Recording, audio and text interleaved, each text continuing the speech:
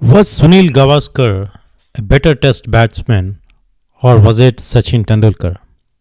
Of course, both Sunil Gavaskar and Sachin Tendulkar can easily be regarded as among the top 10 batsmen to have ever played the game.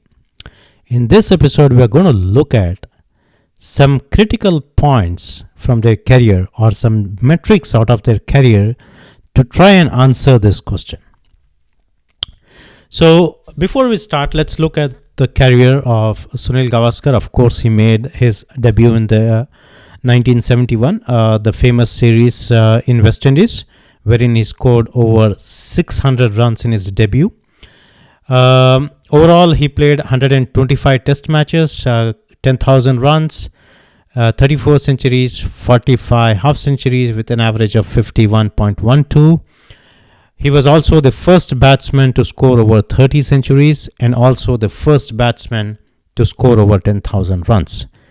In this video, we're going to focus only on the test records. So I will not look into the ODI as such. So he retired in the famous series against Pakistan in 1987, wherein in his last match, he almost scored a match-saving 96 runs, which is still regarded as one of the best innings to have been played by an Indian batsman. Now, let's look at Sachin Tendulkar. Of course, he made his debut in 89 in Pakistan. Played 200 test matches, close to 16,000 runs, average of 53, 5,100, 68 50s, average of 53.8.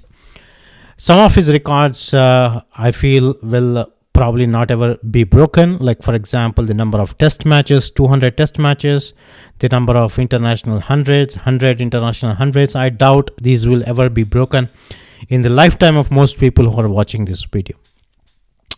So now let's look at some metrics. The last 10 matches. In this metric, we're kind of compare how they performed, both Sunil Gavaskar and Sachin Tendulkar, on their way out. That is when they were retiring, just before their retirement.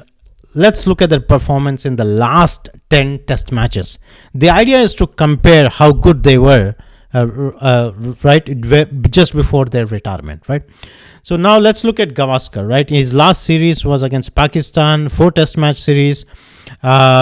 He scored 295 runs with an average of 49. Then before that, there was a Sri Lanka series wherein there were 3 test matches. He scored 255 runs at an average of 85. And before that, there was a series with Australia, 3 test matches, 205 runs with an average of 51.25.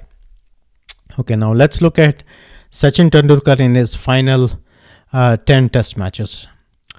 So this is last series was against West Indies, 2 test matches, 288 runs, average of 42. Prior to that, there was a series against England. It was a home series. He did not do well. He scored just a mere 112 runs at an average of 18 odd in 4 test matches. And prior to that, against Australia as well, he didn't do that well, scoring 192 runs in 4 test matches with an average of 32. So clearly, just by looking at this, it is very clear that Gavaskar was really, really good even on his way out in his final series. In fact, people still remember his innings in Bangalore, wherein he scored 96 in the final test match against Pakistan, which, by the way, Pakistan won.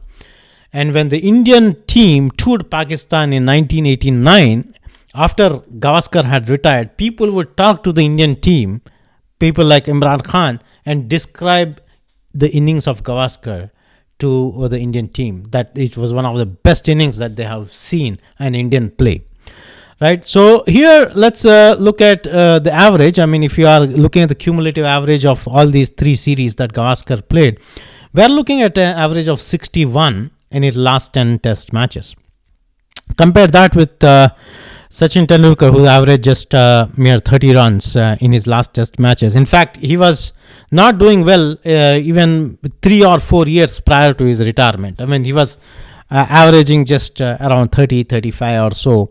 And that is very low for anybody playing test cricket. So in this round, of course, performance, if you look at the performance in the last 10 test matches, clearly Gavaskar way ahead of Sachin Tendulkar if we go by this metric. Okay, now let's look at some other metrics. We'll do a peer comparison here with players who played in the same era as Gavaskar but who are in the different team.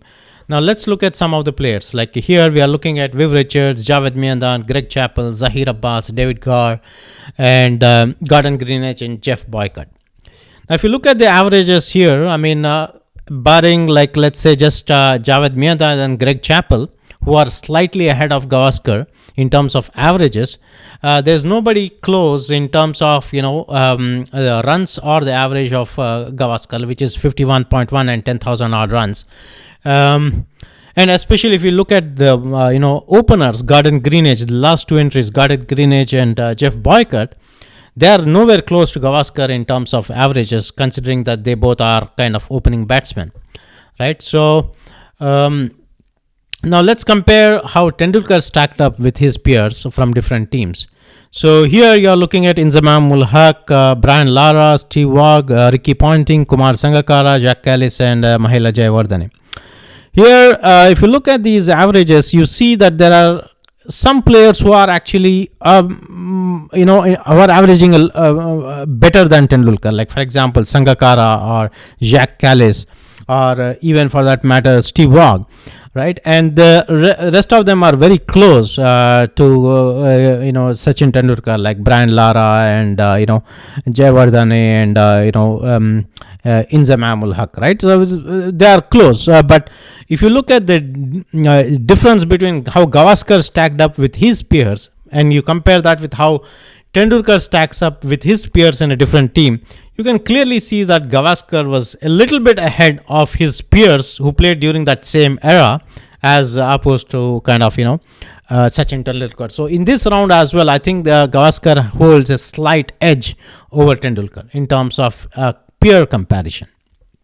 So now let's look at a different metric. We're looking at peer comparisons within the same team.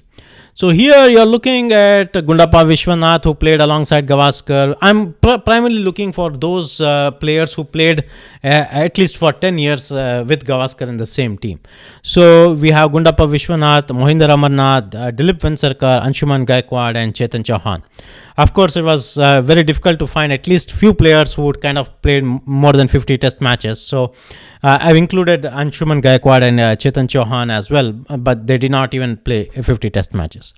Now here you look at the averages of each one of these players, you see that Gavaskar is towering ahead of these players. If you average out all these players within the Indian team who played alongside Gavaskar, the cumulative average will come to around maybe 34, 35, and Gavaskar is averaging clearly about 15 or 16 odd runs per innings more than any one of his peers within the same team, right? Now let's compare that with Tendulkar. We have Rahul Dravid, Vivis Lakshman, Virendra Sehwag, Saurav Ganguly, and Mohammad Azharuddin. Here too, I kind of tried to see if there was a 10-year kind of overlap wherein they played at least for 10 years with Sachin Tendulkar in the same team. So obviously these fit the bill. Now here, if you look at the averages, now Tendulkar average is 53.8, and you compare that with Rahul Dravid, or for that matter with Virendra Sehwag, they are close. And if you average out the cumulative of all the rest of his peer players, you will see that the average comes to around like 45, 46, and Tendulkar is just around 6 or 7 innings runs per inning ahead of any one of these peer players on an average. So with this metric, it is very clear that Gavaskar is way ahead of his peers in the same team as opposed to Tendulkar. Though Tendulkar was the number one player, of course, Gavaskar also was the number one player in the team during that era, but Gavaskar was way ahead of his peers as opposed to Tendulkar, right? So here too, in this, if you go by this metric as well, I think Gavaskar has a better edge as to who was a better player during their era as when compared to their peers when you compare Gavaskar and Sachin Tendulkar. So here too, I think Gavaskar holds an edge over Tendulkar. Now let's look at the bowlers faced by both the players. So here we're looking at Imran Khan, Richard Hadley, Ian Botham, Malcolm Marshall, Dennis Lillee, Jeff Thompson, Andy Roberts, Michael Holding, and Joel Garner. Clearly, Imran Khan, Richard Hadley, Ian Botham, they are legends. I mean, the world has not seen all-rounders of that caliber after they have retired. And when you look at someone like Andy Roberts and Michael Holding and Jeff Thompson, these were the fastest bowlers of their times. I mean, and I doubt anybody is more faster than Jeff Thompson, even among the players who played after his era. And also, let's look at Tendulkar's tally here. Tendulkar faced bowlers like Wasim Akram, Waqar Yunis, Alan Doland, Glenn McGrath, Shin Vaughan, Muralidharan, and Shoaib Akhtar, also Brett Lee. So this is also a very, very formidable attack. But when you compare the attack that was faced by Gavaskar as opposed to the bowling attack faced by Tendulkar, you will see that just by looking at the names here, you will see that Gavaskar faced a more formidable bowling attack as opposed to Tendulkar. Of course, they are close, but clearly Gavaskar faced a more fierce and formidable bowling attack as opposed to Tendulkar. So here too, I feel Gavaskar has definitely won this round, and he has an edge on Tendulkar with regards to the quality of bowling faced. Now let's look at something else: pitch conditions, rules, and equipment. Now, when Gavaskar was playing, there were no covered pitches. So what this means is that the pitches will behave a little bit more in a bowler friendly fashion, because they're going to deteriorate. They'll absorb moisture, which will help with the kind of swing conditions, seaming and all, and the ball will not come onto the bat as well as it would if you are having covered pitches, right? So batting on non-covered pitches is going to be very, very difficult as opposed to batting on covered pitches. And of course, when Gavaskar was playing, there was no bouncer limit, so it was kind of more like evenly it's a more balanced in terms of batsman versus bowler, but that thing obviously changed later on. And during Gavaskar era, there was no neutral umpire, so it was generally kind of it depends where you are playing, but it was kind of a hostile home environment, let's say. Then you would have to deal with umpires as well, right? So you have to be really skillful to have performed like how Gavaskar has performed, because if you got, let's say, LBW appeal and all, they'll very likely go against you. And now there were no reviews as well. Of course, equipment, when it comes to equipment, there were no helmets and all that when during his Gavaskar's era, and he also chose not to wear a helmet during his entire career. Now, opposition, when you look at opposition that Gavaskar played, they were generally regular test playing nations like, say West Indies, England, New Zealand, Pakistan, and so on.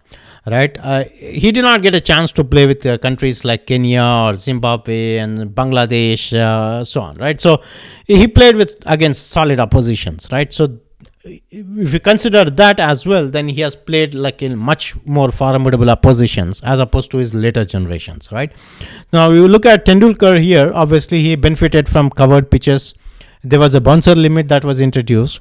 Neutral umpires were there, and players could also do reviews, and there were protective equipment, and this is very critical. Protective equipment is very critical because there are so many times you see batsmen hit on their helmets and still they continue to play and score centuries. But imagine if a ball hit a helmet without a helmet, and your ball hit your head, it was probably the end of your career. Right, and I know a lot of players actually ended their careers after just one blow to their head during the era of Gavaskar. That's why you see very difficult to find players who have played more than 50, 60 or 70 test matches, right?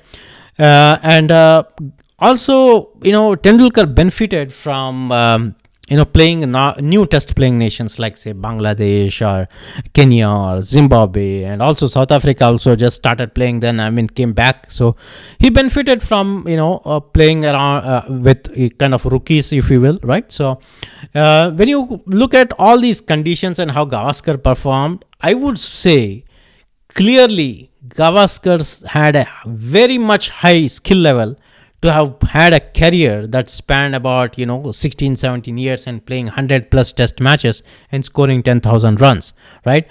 So in this round as well, I would clearly say Gavaskar kind of was a better player in terms of those conditions. When you look at the conditions in and take that into factor, clearly Gavaskar had a much better outing or an average as a batsman than Sachin Tendulkar.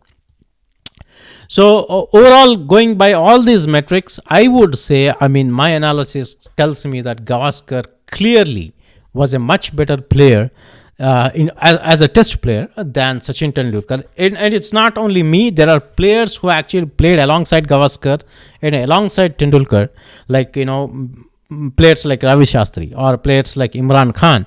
And they have vouched and said that if Gavaskar was playing in the conditions in which Sunil Gavaskar was playing, right? Sachin Tendulkar was playing, Gavaskar would have averaged over 60 odd runs per innings.